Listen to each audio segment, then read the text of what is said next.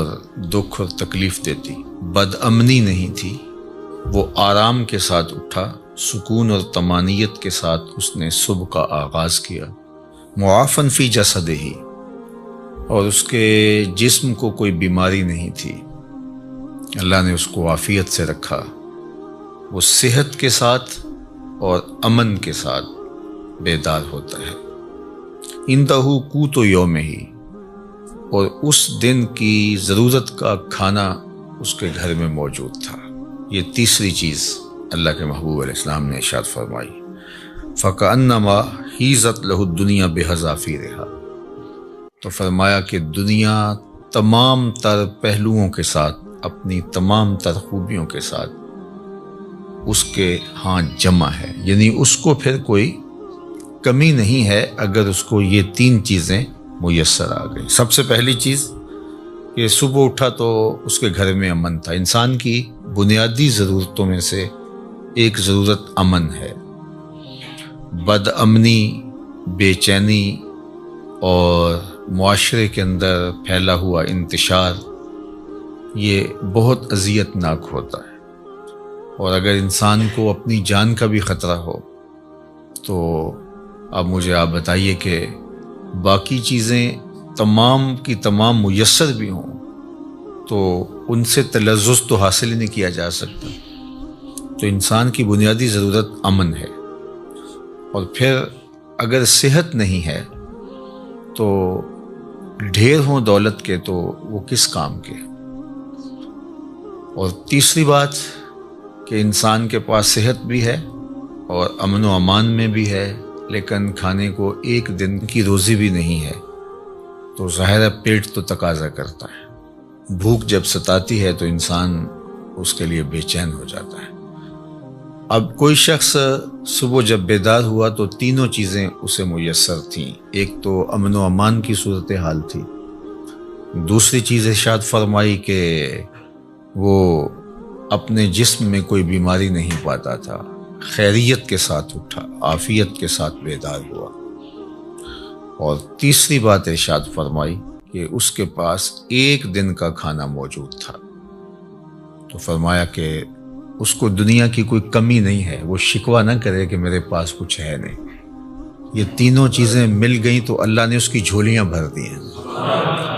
آج کا انتظام اس نے تمہارے لیے کر دیا ہے نا، تو کل کا بھی ہو جائے گا۔ آج اگر صحت ہے تو اللہ کل بھی عطا کر دے گا۔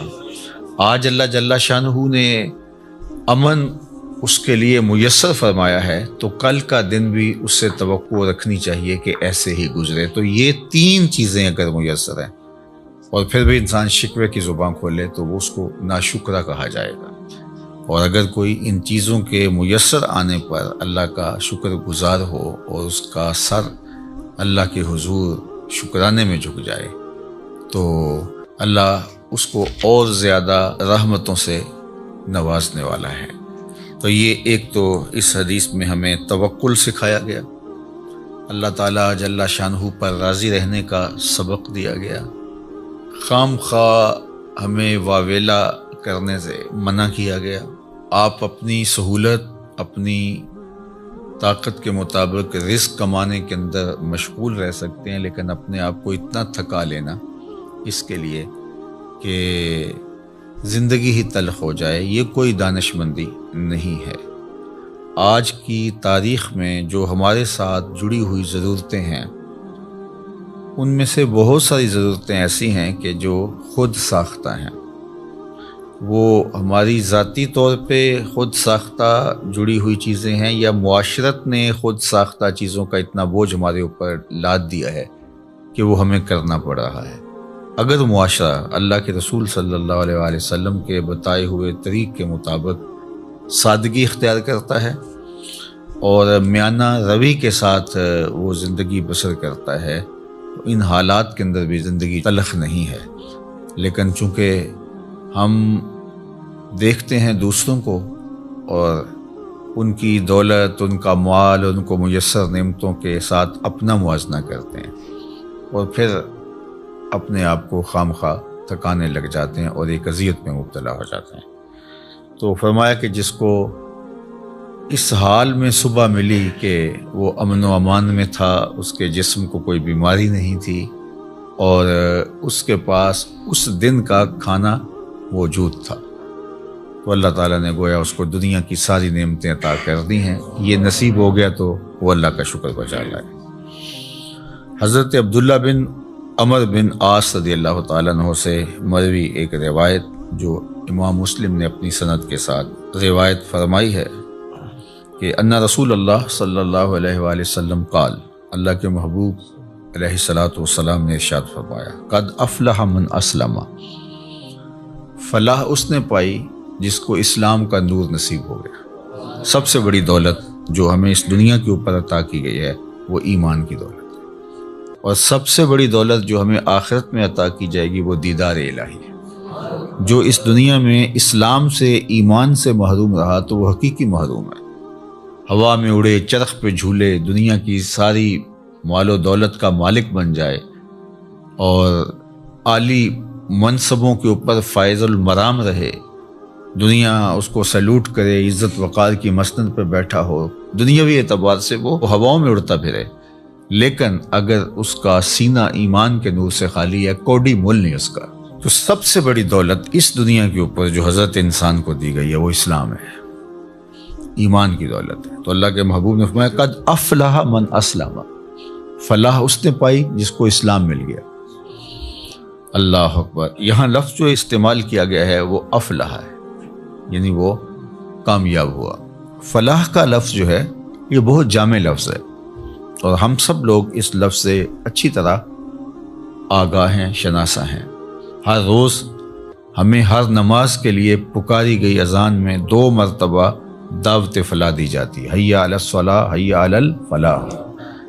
تو ہمیں کامیابی کی طرف بلایا جاتا ہے، اور فلاح دنیا اور آخرت دونوں جہانوں کی کامیابی کے لیے بولا جاتا ہے۔ تو دنیا میں بھی وہ سرخرو اور کامیاب ہو گیا، اور آخرت میں بھی سرخرو اور کامیاب ہو گیا۔ کون؟ جس کو اسلام کا نور دیا گیا۔ اور اس کے مقابلے میں کافر نقصان میں ہے، اس نے فلاح نہیں پائی، چاہے اس نے دولت کے جتنے مرضی ڈھیر جمع کر لیے، تو وہ خسران میں ہے، فلاح میں نہیں ہے۔ وَقَانَ رِزْقُهُ كَفَافًا، ایک تو اس کو اسلام ملا، اور دوسرا اس کے پاس گزارے کا رزق میسر تھا، اس کی ضرورت اس سے پوری ہو رہی تھی، وہ فاقوں سے مر نہیں رہا تھا، اس کی ضرورتیں پوری ہو رہی تھی، اس کا بدن برہنہ نہیں تھا، بدن ڈھانپنے کے لیے کپڑے میسر تھے، پرانے سے ہی، بہت مہنگے نہیں، واجبی سے ہی صحیح، اس کو جو ضروریات زندگی ہے وہ میسر ہیں، اور گزارے کا رزق اللہ تعالیٰ نے اس کو عطا کر دیا ہے۔ یہ 2 چیزیں ہوں، اسلام کی دولت اور گزارے کا رزق۔ اب تیسری بات کیا فرمائی؟ وَقَنَّعَهُ اللَّهُ بِمَا آتَاهُ، اللہ جل شانہ نے اس کو یہ جو عطا کیا ہے اس پر وہ مطمئن ہے، اور اس پر وہ قناعت کرتا ہے، اس پر وہ راضی ہے کہ مالک تو نے مجھے جس حال میں رکھا ہے میں واہ خوش ہوں اس پر۔ اللہ اکبر۔ تو ایسا شخص کامیاب ہو گیا، یعنی ایمان کا نور نصیب ہے، اسلام کی دولت میسر ہے، اور ضرورت کی روزی اس کو نصیب ہو جاتی ہے، اور اس پر وہ راضی بھی ہے، اس پر وہ قانع بھی ہے، خوش ہے کہ مالک میں تیری تقسیم پہ راضی۔ اللہ سے زیادہ کی اگر وہ طلب کرے اور کوشش اور سعی کرے تو شریعت اس سے بھی نہیں روکتی، لیکن جتنا اس نے عطا کر رکھا اس پہ بھی تو راضی رہے، اس پہ بھی تو خوش رہے۔ اگر نہیں خوش رہے گا تو کیا کرے گا؟ اللہ نے تو جو مقسوم اس کے لیے کیا ہے، جو لکھا ہے وہی ملے گا اس کو، تو اب وہ الٹی چھلانگیں بھی لگائے تو کچھ نہیں کر سکتا۔ تو وہ کوشش کرے، اللہ سے دعا مانگے، اس کی ضرورتیں بڑھ رہی ہیں تو وہ کہے مالک میری ضرورتیں بڑھ رہی ہیں تو مجھے اس کے لیے اپنی جناب سے رزق بھی وسیع عطا کر دے، تو اس میں کوئی حرج نہیں ہے، اس کے لیے اپنے کام کو، کاروبار کو پھیلانے کی سعی کرے، کوشش کرے، لیکن اپنے اوپر مسلط نہ کر لے۔ یہ اس کے ذہن، دل، دماغ میں ہونا چاہیے کہ مالک جہاں تو مجھے رکھے گا میں رہوں گا وہاں راضی، لیکن تو کرم کر کے مجھے اور زیادہ عطا کر دے۔ تو پھر وہ جس حالت میں ہے اس حالت میں بھی خوشی کے ساتھ زندگی بسر کر رہا ہوگا، اور اللہ اس کی حالت اگر بہتر فرما دے تو اس میں بھی اس کو خوشی اور شکر کی کیفیت نصیب ہوگی۔ اور اگر وہ قناعت کا نور نہیں پائے گا تو وہ جس حالت میں ہے اس حالت کے اندر بھی وہ دکھی، پریشان، ہر وقت ٹینشن میں ہوگا۔ اور اگر اس کو زیادہ بھی عطا کر دیا گیا تو یہ جو بیماری اس کو لگ گئی، ناشکری کی، ہر وقت عدم اطمینان کی، وہ آگے چلا گیا، میں بہت پیچھے رہ گیا ہوں، تو آگے تو بہت سارے لوگ ہیں، تو وہ کبھی بھی اس مرض سے چھٹکارا نہیں پا سکے گا۔ وہ کروڑ پتی بھی ہو جائے گا، ارب پتی بھی ہو جائے گا، لیکن اس کے نفس کی کمینگی ختم نہیں ہوگی۔ تو نفس کی کمینگی یہ انسان کو توڑ کے رکھ دیتی ہے۔ حضرت فضالہ بن عبید الانصاری رضی اللہ تعالیٰ عنہ فرماتے ہیں کہ انہ سمع رسول اللہ صلی اللہ علیہ وآلہ وسلم یقول، میں نے حضور علیہ الصلوۃ والسلام کو فرماتے ہوئے سنا تھا، طوبی لمن ہدی الی الاسلام، جس کو ہدایت اسلام نصیب ہوئی اس کو مبارک ہو۔ ایک تو طوبہ سے حضور نے مبارک دی، اور شارحین نے لکھا ہے کہ طوبہ جنت کا درخت بھی ہے، تو حضور نے فرمایا اس کو جنت کا وہ درخت نصیب ہوگا۔ اور جنت کا درخت کوئی ان درختوں کی طرح تھوڑا ہے کہ ایک جگہ پہ ہو اور تھوڑا سا سایہ ہو۔ جنت کے درختوں کے اتنے لمبے اور گھنے سائے ہیں کہ سواری کے اوپر بیٹھ کے کوئی چلے 500 سال تک چلتا رہے تو سایہ ختم نہ ہو۔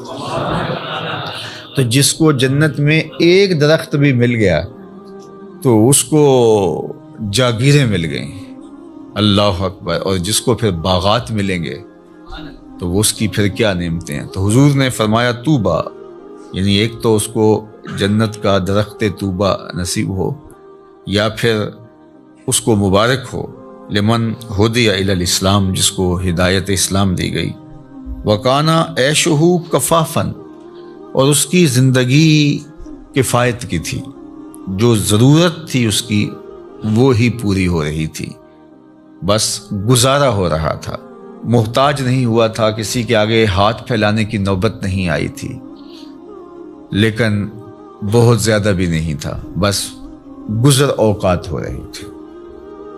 وَقَنَّعَ، اور اس پہ وہ مطمئن بھی تھا۔ یہ مطمئن ہونا اوقع ہے، چونکہ جس حالت میں وہ رکھے اس حالت میں تو رہنا پڑے گا ہی، وہ کیا کرے گا، لیکن اس حالت میں رہ کے اس پر مطمئن ہونا، اصل یہ وہ چیز ہے کہ بندہ کہے کہ مالک میں تیرے اوپر راضی ہوں۔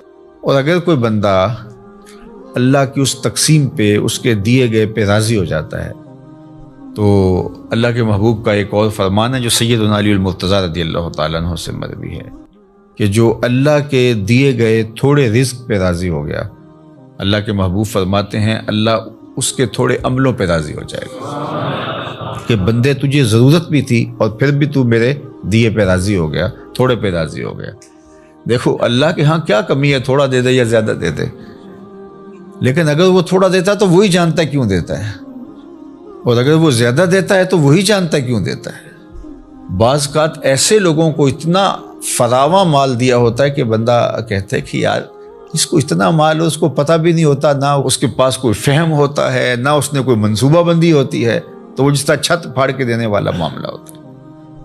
اور بڑے بڑے ملازمین اس کے آگے پیچھے ہو رہے ہوتے ہیں، وہ کسی کام کا آدمی نہیں ہوتا۔ میاں صاحب نے کہا تھا بے وقوفاں دے نوکر ویکے، دانش مند سیانے، تو بڑی دولت دے دیتا ہے۔ اور بعض بہت پڑھے لکھے، سمجھدار، معاملہ فہم، لیکن بیچارے بمشکل اپنا گھر چلا رہے ہوتے ہیں۔ اب یہ اس کی تقسیم ہے۔ ہاں اگر قناعت مل گئی، شکر گزاری کا جذبہ مل گیا، وہ جس کو زیادہ دیا اس کو بھی اور جس کو کم ملا اس کو بھی، تو پھر اللہ کی طرف سے کامیابی ہے، وہ پھر فالح ہے۔ چونکہ اگر وہ یہ جذبہ دے دے تو پھر گزارے کے رزق پر بھی قناعت، اللہ پہ راضی رہنے کا جذبہ اور توفیق بہت بڑی سعادت ہے۔ اور اگر یہ نور نصیب نہ ہو قناعت کا اور اللہ پہ راضی رہنے کا، تو پھر کروڑوں اربوں کے باوجود بھی انسان ناشکرہ ہی رہتا ہے۔ وہ کہتا ہے نہیں بس چل ہی نہیں رہا جی، آج کل ہیں ہی بہت مشکلات۔ میں ایک دفعہ ایک سفر پہ تھا تو ایک شخص مجھے ملا، کوئی تقریب تھی، اس کے بعد مسافہ کرتے